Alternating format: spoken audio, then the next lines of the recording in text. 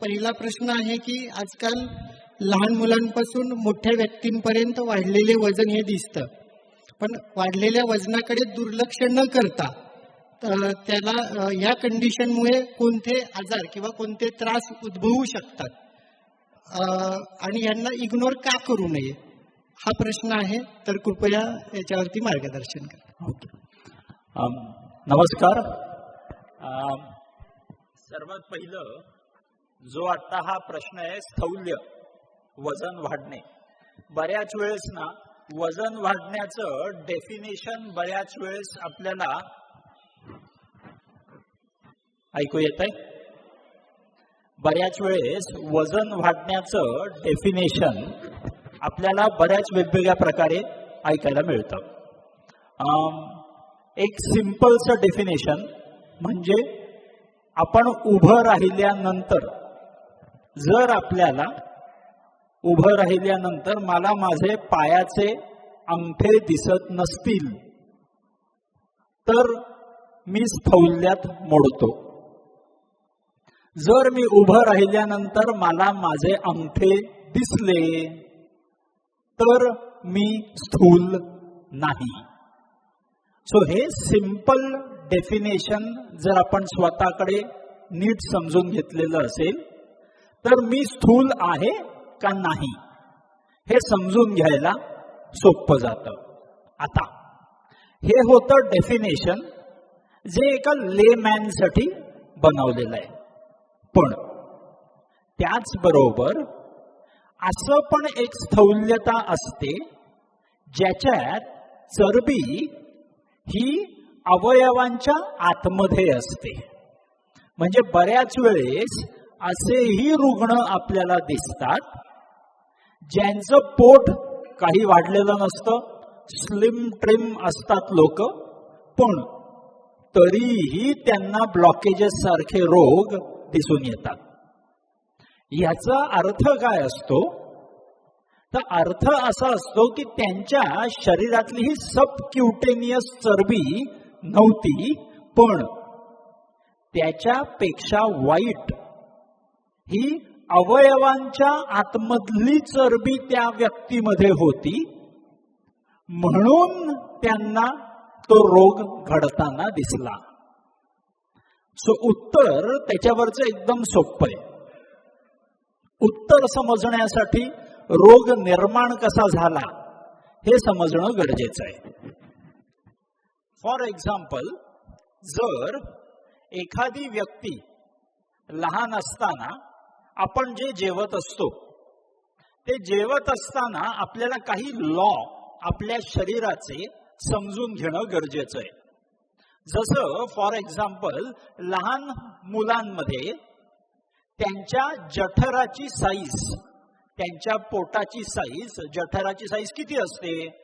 तर एकदम नवजात शिशूमध्ये ती साईज जी असते ती फक्त पाव लिटर एवढीच साईज त्यांच्या जठराची असते. आणि आपल्यासारखं मोठं ॲडल्ट, फुल ग्रोन ॲडल्ट मध्ये साईज किती होते? तर 1.5 लिटरचं आपलं जठर असतं. आता त्या 1.5 लिटरच्या जठरमध्ये जेवण किती जेवायचं असतं? तर गणित असं मांडलेलं आहे की 50% तुमचं जेवण हे सॉलिड गोष्टींनी असायला हवं, 25% तुमच्या लिक्विड गोष्टींनी तुमचं जेवण असायला हवं, आणि राहिलेले 25% जठर रिकामं सोडायला हवं. सो 100% म्हणजे 1.5 लिटरचं गणित जर आपण लावलं तर 25% आपल्याला रिकामं सोडायचंय, 25% लिक्विडनी भरलेलं हवं, आणि राहिलेले 50% आपल्याला ऍक्च्युअल सॉलिड फूड खाणं गरजेचं आहे. बऱ्याच वेळेस आपण या लॉ ला पाळत नाही, आणि पाळलं नाही तर सुरुवात कशी होते? तर आपलं जठर जे आहे हे एका मिक्सर, आपण घरी सगळ्यांच्या मिक्सर असेलच, तो मिक्सर म्हणजे आपलं जठर. त्या मिक्सरमध्ये आपण भरपूर माल टाकला, पूर्ण भरून टाकला आणि बंद करून मिक्सर चालू केला तर सगळं जसं ओतू जातं, तसंच आपल्या जठरात होतं की जेव्हा कधी तुम्ही माल अति जास्त टाकाल तर 2 लिटर 3 लिटर पर्यंत माल आतमध्ये जाऊ शकतो का? तर जाऊ शकतो. आपलं जठर मस्त इलास्टिक असतं, डिस्टेन्सिबल असतं. जितका माल भरायचा आहे तितकं भरू शकता.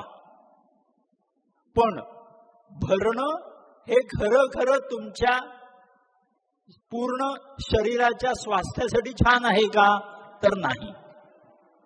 बरेचसे शर्यती आपण आजकाल टीव्हीवर बघत असतो की काय काय शर्यती असतात. कोण जास्तीत जास्त फूडी आहे, कोण जास्तीत जास्त खाऊ शकतं, असे सगळे शर्यती आपण बघत असतो.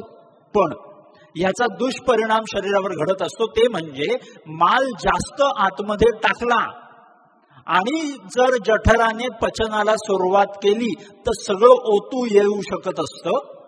आणि ते ओतू जेव्हा येतं तेव्हा पहिली सुरुवात होते ऍसिडिटीने. बऱ्याच वेळेस आपण म्हणतो की मला ऍसिडिटी झालेली आहे, आणि ऍसिडिटी झालेली आहे ती कशामुळे?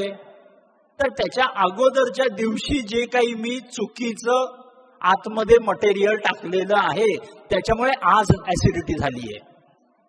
बऱ्याच वेळेस या ऍसिडिटीवरती उपचार करण्यासाठी आपण अजून वरती काहीतरी सोडा, नाहीतर अजून काहीतरी गोड, नाहीतर अजून काहीतरी अजून आतमध्ये टाकतो, जेव्हा की आधीच आतमध्ये टाकून सगळं फुल आहे. जेव्हा की उत्तर असं ठेवायला पाहिजे होतं की मी काही खाणार नाही, आता ऍसिडिटी झाली आहे ती मागच्या कर्मांच्या चुकीच्या कर्मांमुळे झालेली आहे. पुढचे 10-12 तास मी जर पूर्ण सील करून बसलेलो असेल तर येणाऱ्या पुढच्या दिवसांमध्ये मला त्रास होणार नाही. पण आपण ठरवतो नको, याच्यावर अजून काहीतरी टाकून ऍसिडिटी बंद करूया म्हणजे रात्रीचं जेवण जेवता येईल. सो गणित नीट समजून घ्यायला हवं की ओबेसिटी, लठ्ठपणा या सगळ्या रोगांची सुरुवात ऍसिडिटीने होत असते. जर मी माझ्या जठरात टाकणारं अन्न जर मी मोजून मापून खायला लागलो तर मला ऍसिडिटी सारखा रोग निर्माण होणार नाही. आणि ऍसिडिटी नाही झाली तर पुढच्या गोष्टी सोप्या का? कारण का ऍसिडिटी जेव्हा निर्माण होते माझ्या पॅन्क्रियाज मधनं आणि माझ्या गॉल ब्लॅडर मधनं, जो लिव्हरच्या तिकडे बसलेला असतो पित्ताशय, या दोघांमधनं असे इम्पल्सेस यायला लागतात की हे ठेवलेला माल घ्या, उचला आणि त्याला इमिजिएट चरबीच्या स्टोअर मध्ये त्याला बाजूला करा. तिकडे चरबीचा स्टोअर ऍक्टिव्हेट झाला की बटन कधी कधी ऑनच राहतं आणि पुढच्या वेळेस जे जे आतमध्ये टाकाल ते डायरेक्ट एंट्री त्याला चरबीच्या स्टोअर मध्ये मिळायला लागते. आणि चरबीच्या स्टोअर मध्ये एंट्री मिळायला लागली की बऱ्याच वेळेस असेही लोक सांगतात की मी खाताना एवढंच खातो तरी माझं वजन वाढतंय. का? कारण का मी खूप दिवसांअगोदर बटन ऑन करून ठेवलेलं होतं चरबी बनवण्याचं, ते बंद करायचं राहून गेलं. सो आता मी थोडंसं जरी खाल्लो तरी माझं वजन वाढत चाललंय. म्हणजे बऱ्याच वेळेस मी लोकांना सांगतो की मी कदाचित तुमच्यापेक्षा चौपट जेवत असेन पण माझं वजन वाढत नाही, तुमचं वाढतं. का? कारण का ह्याच्या मागचा हा सगळा रोग जो आहे ह्याला आम्ही मेडिकल भाषेत रोग म्हणतो इन्स्युलिन रेझिस्टन्स. इन्स्युलिन रेझिस्टन्स म्हणजे काय? तर माझ्या लिव्हर आणि माझा पॅन्क्रियास, माझं यकृत आणि माझं स्वादुपिंड या दोघांमधलं जे छान रिलेशन असायला हवं ते रिलेशन बोंबललं की मी जे काही खाणार आहे त्याचं चरबीमध्येच रूपांतर होणार आहे. मसल्सला मिळणार नाही, माझ्या बोन्सना मिळणार नाही, काहीही छान निर्माण होणार नाही आणि त्याच्यातून फक्त चरबी बनत राहणार. आणि तिथे सिंपल ऍसिडिटीने सुरुवात झाली आणि ते स्थौल्यामध्ये कन्वर्ट झालं. उत्तर जर काढायचं असेल तर सिंपलचं उत्तर आहे की मला माझ्या शरीरातला इन्स्युलिन रेझिस्टन्स नामक रोग मी जर परत बंद करून ठेवला तर माझं स्थौल्यता किंवा माझं वजन धडाधड कमी व्हायला लागतं. जसं फॉर एक्झाम्पल आपला डायट किट कधी तुम्ही कोणीतरी फॉलो केलेला असेल तर तो डायट किट जो आहे तो 6-7 किलोचा जो बॉक्स आहे तो बॉक्स अशा प्रकारे डिझाईन केलेला आहे की त्याच्याने शरीरातलं इन्स्युलिन रेझिस्टन्स नावाचा रोग बंद करून टाकतो. तो इन्स्युलिन रेझिस्टन्स नावाचा रोग बंद केला तर आपोआप वजन धडाधड उतरत जातं. मग आपल्याला वाटतं वजन कमी करायचा बॉक्स आहे की काय हा, तर असलं काही नाही. तो रोग बंद करण्याचा बॉक्स आहे आणि त्या बॉक्सला जेव्हा सुरुवात कराल तेव्हा 10-15 दिवस पहिले थोडेसे मुश्किल असतात. कारण का आपण म्हणतो अरे मैं तो बहुत खाता था आणि एवढूशा बॉक्समध्ये कसं काय होईल माझं, हे सुरुवातीचं नेहमी सगळ्यांचं म्हणणं असतं. पण पहिले 10-12 दिवस जे आतमध्ये बटन ऑन करून ठेवलेलं आहे त्या बटनला शट डाऊन करायला तेवढे 10-12-15 दिवस लागतात. 10-12-15 दिवसांमध्ये तुम्ही तुमची भूकच विसरून जाता, कारण का ते बटन बंद होऊन जातं. आणि त्याच्यानंतर तुमच्या समोर पंचपक्वानं जरी आणून ठेवलेली असतील तरी तुम्ही थोडंसं खाऊन म्हणता ओके चला बाजूला जा, बस झालं मला, दॅट्स इनफ. सो स्थौल्यता कमी करणं भयंकर सोपं आहे. कंट्रोल इथे पाहिजे आणि इथे कंट्रोल ठेवण्यासाठी इथे कंट्रोल पाहिजे. कारण का असं म्हटलं जातं बऱ्याच वेळेस आपण स्ट्रेस्ड सिच्युएशन मध्ये असू, आपण खूप टेन्शन घेतलेलं असेल तर आपल्या मेंदूतून असे स्राव निघतात ज्या स्रावांमुळे आपल्याला भरपूर भूक लागायला लागते. का भरपूर भूक लागते तर स्ट्रेस्ड सिच्युएशन मध्ये ॲड्रिनलिन नॉरॲड्रिनलिन नावाचे हॉर्मोन माझा मेंदू सिक्रीट करतो, ज्या हॉर्मोनमुळे माझ्या शरीरात 2च प्रकारचे ऍक्शन्स होऊ शकतात. जसं कोणाबरोबरही भांडण झालं, रागाराग झाला की 2च सिच्युएशन अवेलेबल असतात, एकतर फाईट नाहीतर फ्लाईट.